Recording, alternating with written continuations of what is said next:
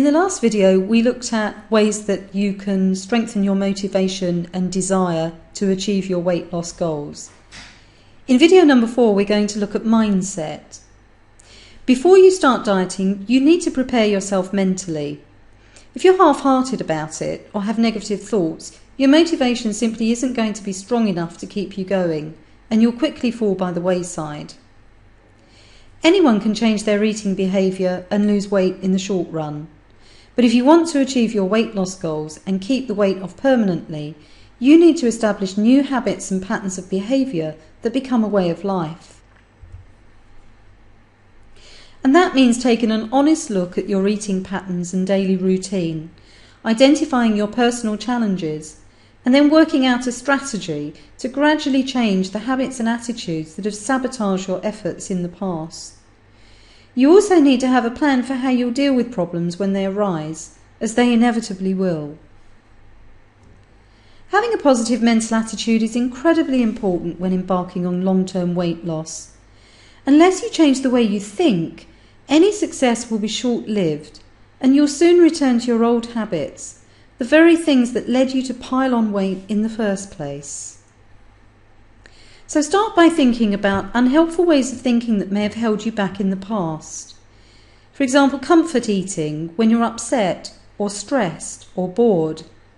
Feeling deprived and resentful about the fact that you can't have the food that you want and you have to be on a diet. All or nothing thinking. Well, I've lapsed now, so I might as well give up. Or tomorrow thinking. I've cheated, so I might as well have whatever I want for the rest of today and get back on the diet tomorrow. Which of these are you guilty of?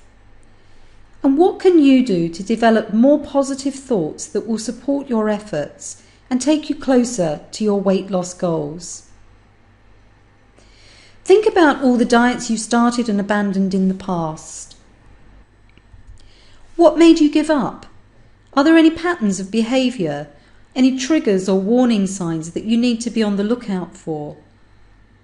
Once you've identified your personal red flags and warning signs, you can then anticipate dangerous situations and head them off at the pass.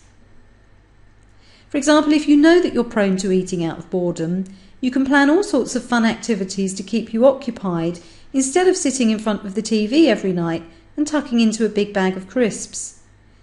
If overeating is one of the ways you deal with stress, you can find other outlets, such as taking regular exercise, having a nice long bath with scented candles, or booking yourself into your local beauty salon for a facial or pedicure. Another way you can prepare yourself mentally is to write out index cards with important messages on them. For example, if you've fallen off the wagon, you could have a card that says, "Okay, big deal. I lapse, but it's not the end of the world. I can get straight back on the programme this minute and learn from this experience to make sure I don't make the same mistake again." Finally, reinforce your positive thinking by acknowledging and celebrating your weight loss achievements rather than dwelling on your slip-ups. Give yourself a pat on the back every time you pass a new milestone and share your successes with your friends and family. It will bolster your self-confidence and your belief immeasurably.